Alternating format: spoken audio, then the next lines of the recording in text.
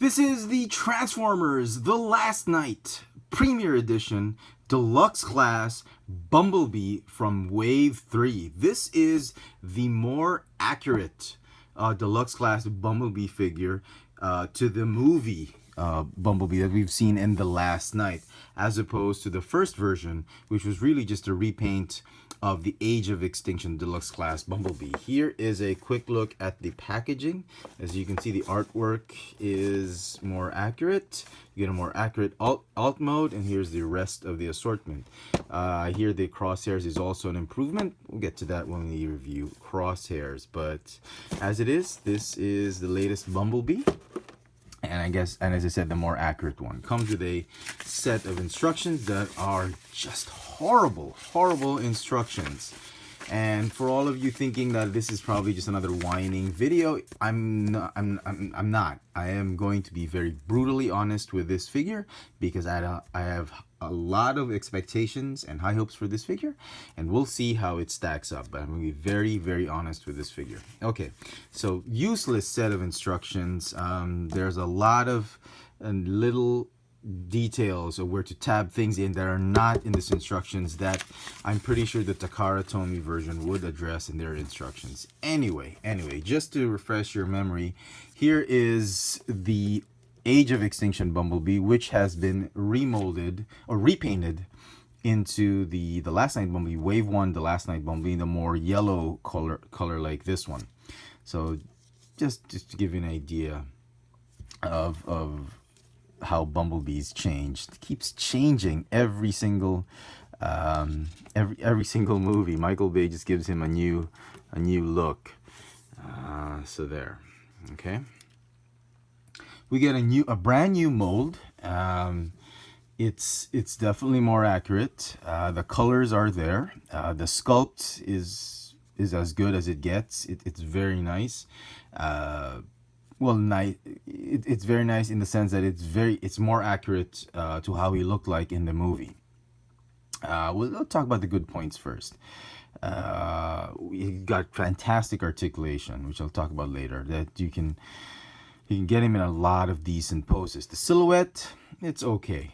It's good enough. I just wish this was filled out some more. It feels like the legs have been inverted. There's more bulk here than here, but that's the way it is. Proportion wise, he's okay. Let me get rid of this. He has a weapon arm that can be stored on the back, on his back, excuse me.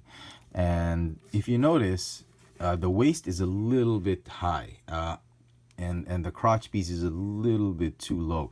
I'd wish that, you know, if the hips were just a tad bit lower right here, that would have been a perfect silhouette, perfect sculpt. But yeah. Okay, head sculpt, very nice. Wow, probably one of the best Bumblebee sculpts we've ever had. Down to the arms, he's got tons of details on the arms, the torso. I'm pretty sure the Takara Tomy version will probably have better paint apps here. Down to the legs, they've got a ton of details with this figure. Very nice. And the back there's some kibble. Yeah, you've got to you can't compromise on that. I think it would have been very difficult to address the kibble issue because it's a deluxe class figure, but they do compress the roof very nicely here. There's still these things, and if you notice, you're probably thinking it looks like the Masterpiece Bumblebee, the MPM3, and you're not half wrong. It does transform very similarly to the Masterpiece Bumblebee, and to a certain extent the rear area looks a lot like the Masterpiece Bumblebee. So paint apps, good enough. Sculpt, good enough. Talk about articulation. He's got a ball jointed neck.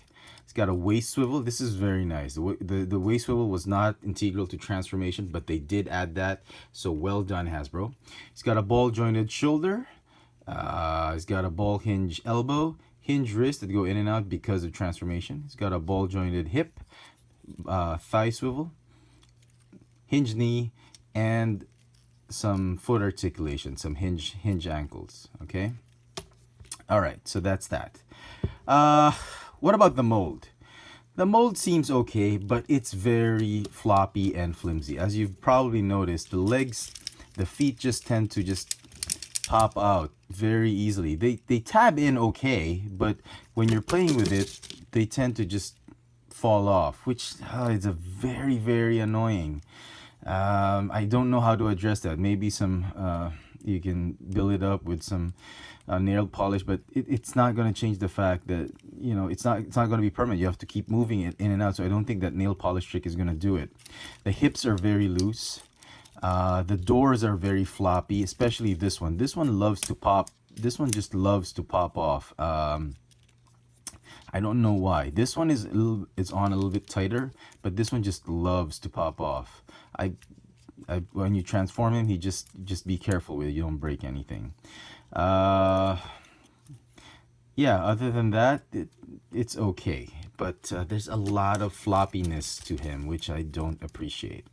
Okay, just being very honest. Okay, I'm not putting down Hasbro. I'm not trying to praise him too much. I'm not whining or anything like that. Just being very honest with this figure. Okay, now he has this accessory.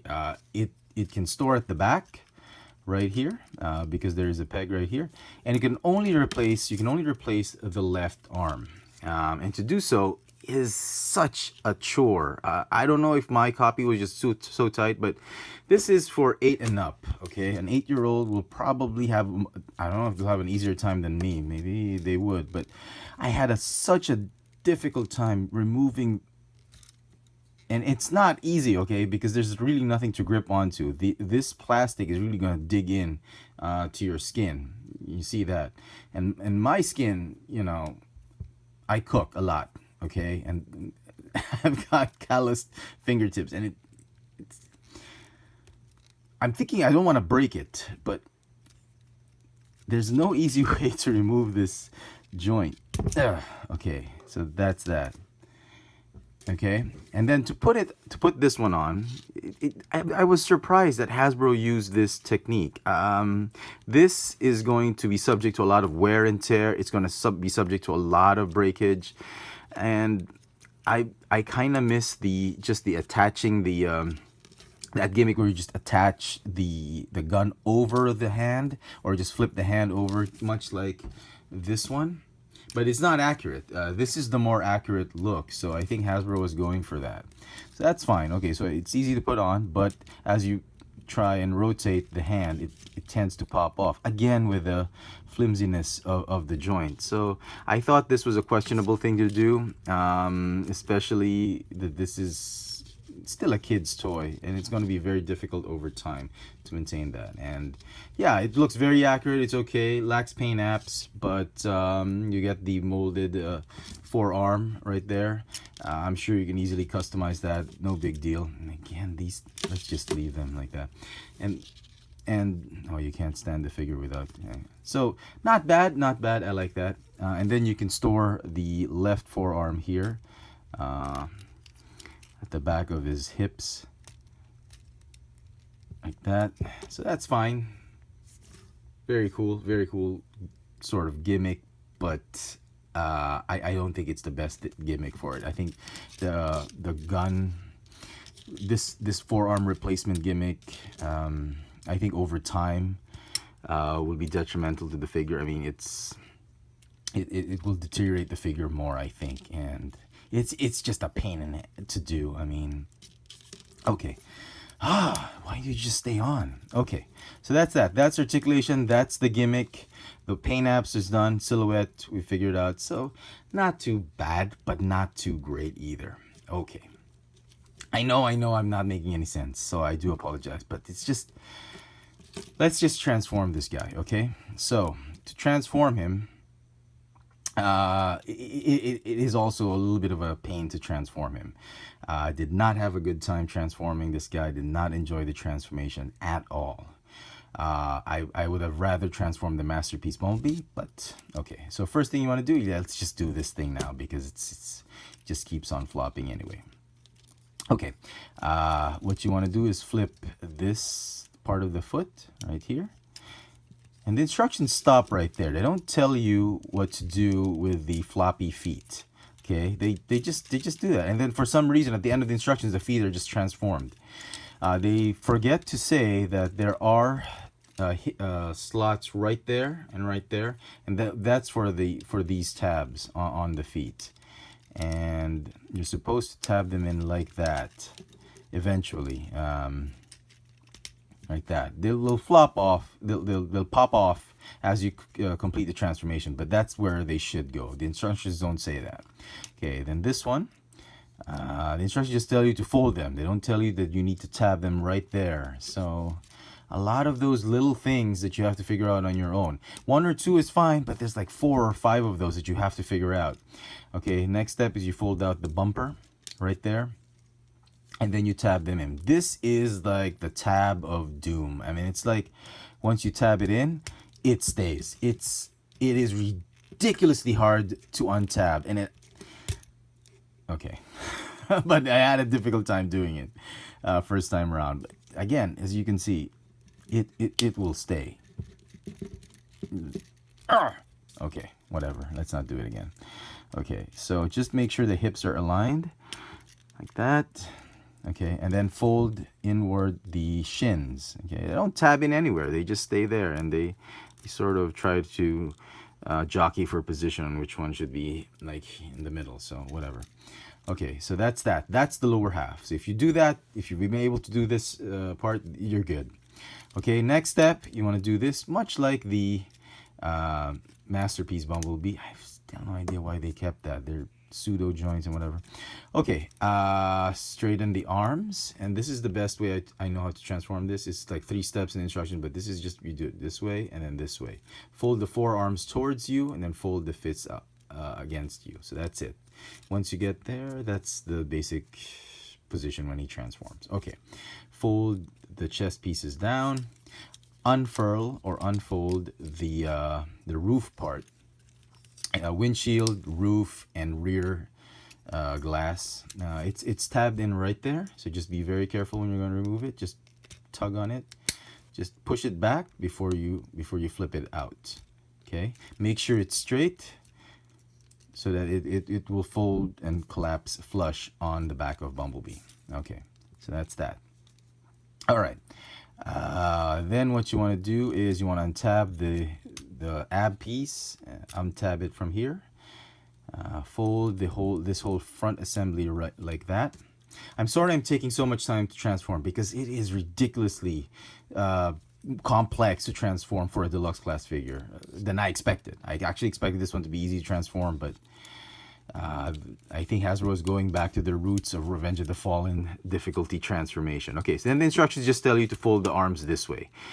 They don't tell you that there are tabs here and notches right there that you have to, there goes the door, that you have to tab it in right there in the middle just to keep those arms stable. Okay, fold this piece right here, and the door, just tab it in.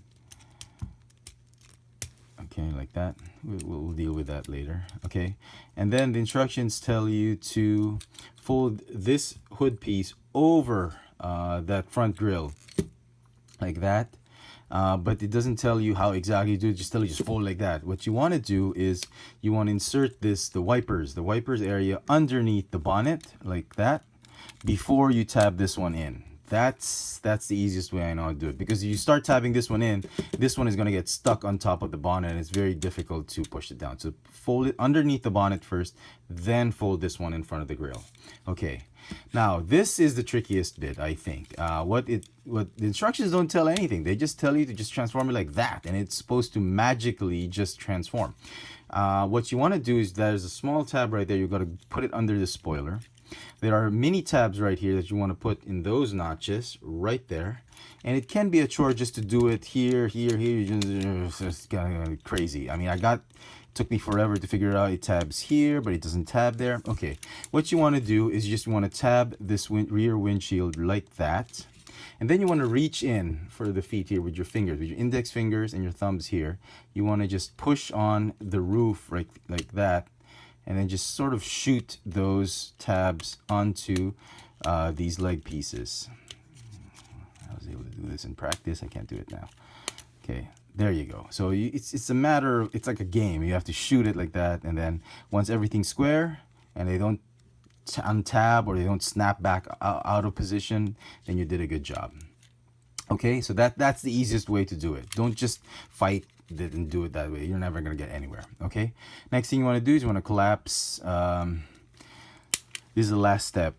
Collapse the front wheels onto the fender, or just assemble the fender. This one doesn't want to stay as much as this one. This one loves to pop off, so you want to give it a good push, like this, I guess, left side. Give it a good push so it will stay. And finally, the doors.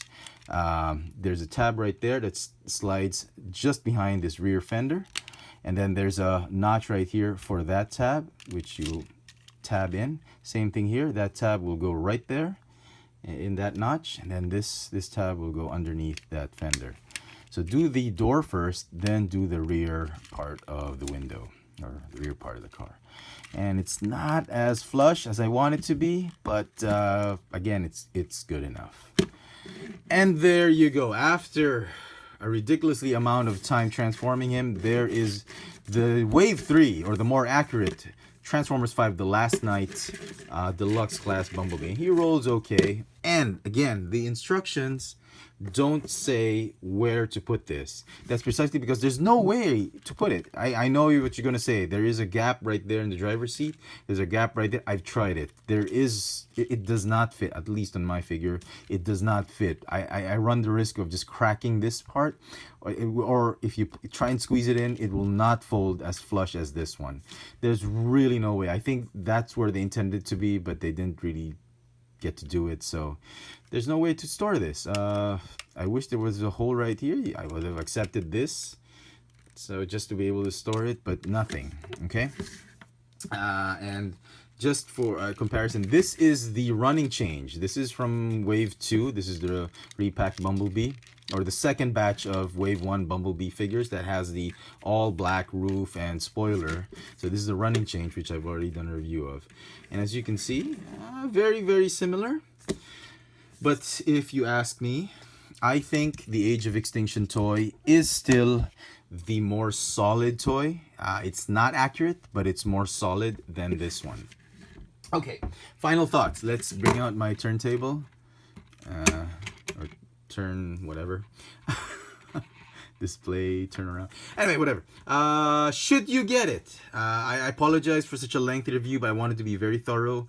If you want a more accurate Bumblebee just to complete your Autobot team for The Last Night, yes. And that's precisely the reason I'm keeping him.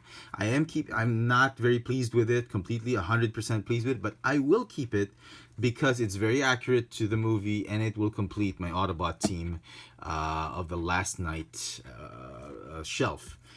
Rather than this one. This one's okay, it's a good substitute, but this is more accurate, and I'm probably going to keep this one for that reason alone. But if you want to give it a kid, I think this one or this one is still the more solid figure. It's less floppy, there's less breakage. I think this is a lot more fun than this one. This one is really for the collectors. Had a lot of expectations on this one, a little bit disappointed. It has its good points, and again, it has its bad points, so it's up to you. It's going to get a 7.5 out of 10 for me. The only thing I feel that's going for it is its look, its accuracy, but transformation wise, the gimmicks, the floppiness, articulation's good, but the floppiness, it just leaves a lot to be desired. Alt mode, robot mode, good enough. So it's up to you how you spend your $18, $20 on this, on your Bumblebee.